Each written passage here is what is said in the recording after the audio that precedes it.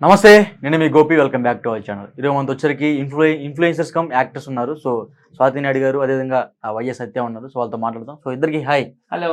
So గత ఒక వారం రోజులు మనం చూస్తూనే ఉన్నాము. ఈ లావణ్య అదేవిధంగా రాజ్ తరుణ్ గురించి ఒక లవ్ అఫేర్ వాళ్ళిద్దరి మధ్య, అంటే బిఫోర్ 10 years కలిసి ఉన్నారంట. సో మళ్ళీ కొత్తగా ఇప్పుడు ఎవరైతే మల్హోత్రా గారు ఉన్నారో సో వాళ్ళతో రిలేషన్లో ఉన్నారని చెప్తున్నారు. అసలు ఏంటి అసలు స్టోరీ ఏంది? అసలు లావణ్య వెళ్ళి రాజ్ తరుణ్ మీద కేసు పెట్టడం ఏంటి? అసలు ఏం జరిగింది? నాకు తెలిసి రాజ్ తరుణ్ మంచి అబ్బాయి, మా ఊరు అబ్బాయి, వైజాగే. ఆయనతో నేను ఈ మధ్యన మన కోరమనాయక్ అనే సినిమాలో కూడా చిన్న బిట్ లో కనిపించాను. నేను టిక్ టాక్ మన అగిపెట్టి మచ్చ, మేమంతా ఉన్నాము. మొన్ననే కోరమనాయక్ వరలక్ష్మి శరత్ కుమార్ సినిమా షూటింగ్ ఇక్కడ అయ్యిందన్నమాట, జూబ్లీ కొండ పైన. తను చాలా మంచి వ్యక్తి అనమాట. ఆయన చాలా చిన్న స్థాయి నుంచి ఇప్పుడు హీరో రేంజ్ వరకు వచ్చాడు. ఫస్ట్ డైరెక్టర్ గా ఉండేవాడు, తర్వాత షార్ట్ ఫిల్మ్స్ తీశాడు, సినిమాలు చాలా తీశాడు, ఉయ్యాల జంపాలి, ఇవన్నీ, కుమారి 21F. కానీ ఇలాంటి రావడం చాలా బాధాకరం. ఆయన ఏం చెప్తున్నాడంటే, ఎస్ నేను షార్ట్ ఫిల్మ్ డైరెక్టర్ ఉన్నప్పుడు నుండి ఆమె నాకు పరిచయం. 2007 వరకు రిలేషన్ ఉన్నాము. 2007లో ఈ లావణ్య అనే వ్యక్తి డ్రగ్స్ కన్జ్యూమ్ చేయడము, అలాగే వేరే బాయ్ ఫ్రెండ్ తో తిరగడము, ఆ బాయ్ ఫ్రెండ్ పెళ్లి చేసుకోలేదని గుంటూరులో కేసు పెట్టడము, అవన్నీ చేసినాక నేను చాలా అప్సెట్ అయిపోయినాక ఇంకా ఆమెను కట్ చేసేసాను. 2007 తర్వాత ఆమె ఎలా ఉందో ఏంటని నాకు తెలియదు, ఆమెతో నేను రిలేషన్ లేదని ఆయన చెప్తున్నాడు. ఈమె ఏమంటుంది, మేము 15 సంవత్సరాలుగా రిలేషన్ ఉన్నాము, టెంపుల్లో నాకు తాళి కట్టాడు అని ఏం చెప్తుంది. నేను ఆయనకి చాలా డబ్బులు ఖర్చు పెట్టాను. ఆయన కూడా ఒక ఇంటర్వ్యూ చెప్పాడు, హైదరాబాద్ వచ్చిన కొత్తలో నాకు ఆమె చాలా హెల్ప్ చేసింది లావణ్య అనే వ్యక్తి అని ఆయన కూడా చెప్పాడు. సో ఏంటనేది ఆల్రెడీ ఇన్వెస్టిగేషన్ అనేది నడుస్తుంది. ఆమె వెళ్ళి నార్సింగి పోలీస్ స్టేషన్ లో కంప్లైంట్ ఇచ్చింది. ఇన్వెస్టిగేషన్ అనేది నడుస్తుంది. ఏం తేలుతుంది అనేది నాకు కూడా తెలియదు. నాకు తెలిసింది యాజ్ పర్ మై నాలెడ్జ్ అతనైతే చాలా మంచి వ్యక్తి అండి. ఇంకోటి లావణ్య అంటుంది, రాజ్ తరుణ్ కి ఈ మల్హోత్రా ఒకటే కాదు, గత కొన్ని సంవత్సరాల నుంచి ఎంతో మంది ఇన్ఫ్లుయెన్సర్స్ అదేవిధంగా యాక్టర్స్ ను వాడుకున్నాడు.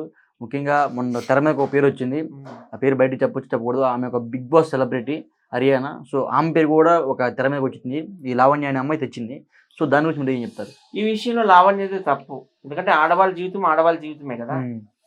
ఎప్పుడైనా ఉమెన్ ఈజ్ ఉమెనే. ఈమె పేరు బద్నాం అయిపోయింది, ఈమె రోడ్డు ఎక్కిందని వేరే వాళ్ళ పేర్లు అట్లా చెప్పడం అనేది చాలా రాంగ్. అది వాళ్ళ పేర్లు ఎందుకు తీయాలి? హరియానా కూడా నాకు ఉప్పుల వాళ్ళకి ఆమె చాలా క్లోజ్. ఆమె అట్లాంటి క్యారెక్టర్ కాదు. నీ ప్రాబ్లం ఏదంటే నువ్వు సాల్వ్ చేసుకో. ఈ మల్హోత్రా అనే హిందీ ఆమె తెలుగు కూడా రాదు కదా. మల్హోత్రా పూర్తి కూడా తెలియదు, నాకు పూర్తి పేరు కూడా తెలీదు. అలా వేరే వాళ్ళ పేర్లు తీయడం అనేది చాలా రాంగ్ అండి. ఒకవేళ నీకు నిజంగా అన్యాయం జరిగింది అనుకో, నువ్వు తేల్చుకో కోర్టులో, పోలీస్ స్టేషన్ లో. నీకు న్యాయం జరగాలని మనస్ఫూర్తిగా మేమంతా కోరుకుంటున్నాం. అంతేగాని వేరే ఆడపిల్లని రోడ్డు మీద పెట్టడం అనేది చాలా రాంగ్. ఇప్పుడు వాళ్ళు కానీ రివర్స్ ఈ మీద కేసు వేస్తే ఈమె మెడక చుట్టుకుంటుంది కేసు అంతా. ఎప్పుడు కూడా అట్లా పేర్లు చెప్పకూడదండి, ఆడపిల్లల పేర్లు. ఎందుకంటే వీళ్ళకి పెళ్లి రావలేదు కదా పాపం. ఇప్పుడు హరియానాకి కూడా పెళ్లి కాలేదు, ఈ మల్హోత్రా అంటే ఆమె కూడా పెళ్లి కాలేదు. సో వాళ్ళ పేర్లు తీయడం అనేది అది కరెక్ట్ కాదని నా ఉద్దేశం. సో ఇదే టాపిక్ మీద స్వాతి నాయుడు గారు ఒక మాట మాట్లాడాలి. సో మీరు చెప్పండి. అన్నమాట ఈ టైప్ ఆఫ్ వేరే ఆమె నా హస్బెండ్ ఇలా చేశాడు, వేరే అమ్మాయితో ఉంటున్నాడు, రెడ్ హ్యాండెడ్ గా పట్టుకుంది కదా. అలానే మనం ఇంతకు ముందు కూడా వేరే చూసాం. అంటే ఈ మధ్య మూవీ వాళ్ళకి సంబంధించినవి చాలా వస్తూ ఉన్నాయి అనమాట. అంటే మూవీ సెలబ్రిటీస్ గురించి ఒక అమ్మాయితో ఉంటూ ఆ అమ్మాయిని మోసం చేసి వేరే అమ్మాయితో ఉంటున్నారని అమ్మాయిలు చెప్తున్నారు.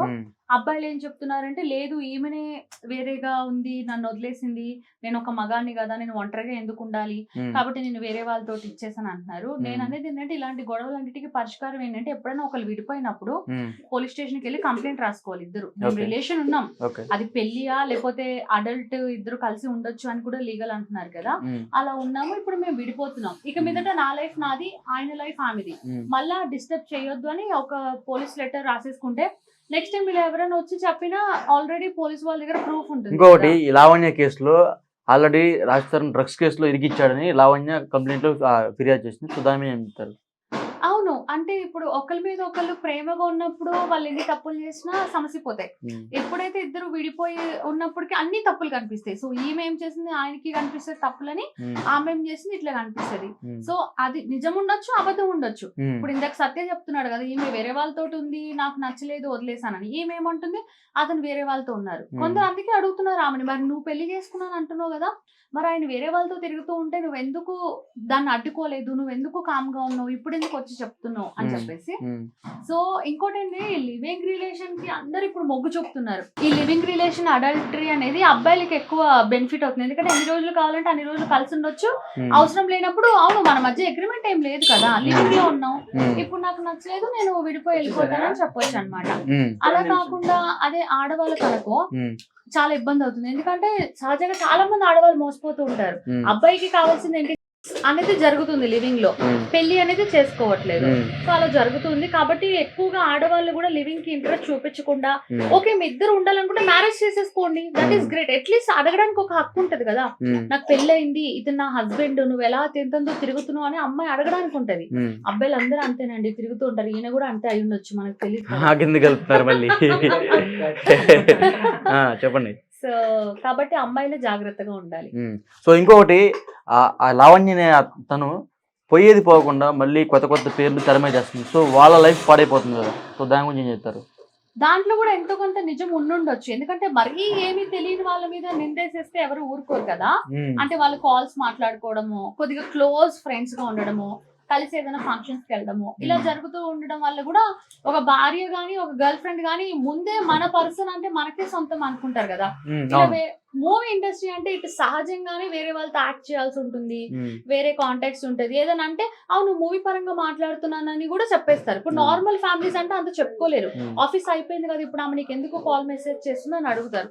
కానీ మూవీ వాళ్ళకి ఏంటంటే ఎక్కువ ఫ్రీడమ్ ఉంది కదా, అలా కూడా చాలా రాంగ్ గా అవుతూ ఉంటాయి.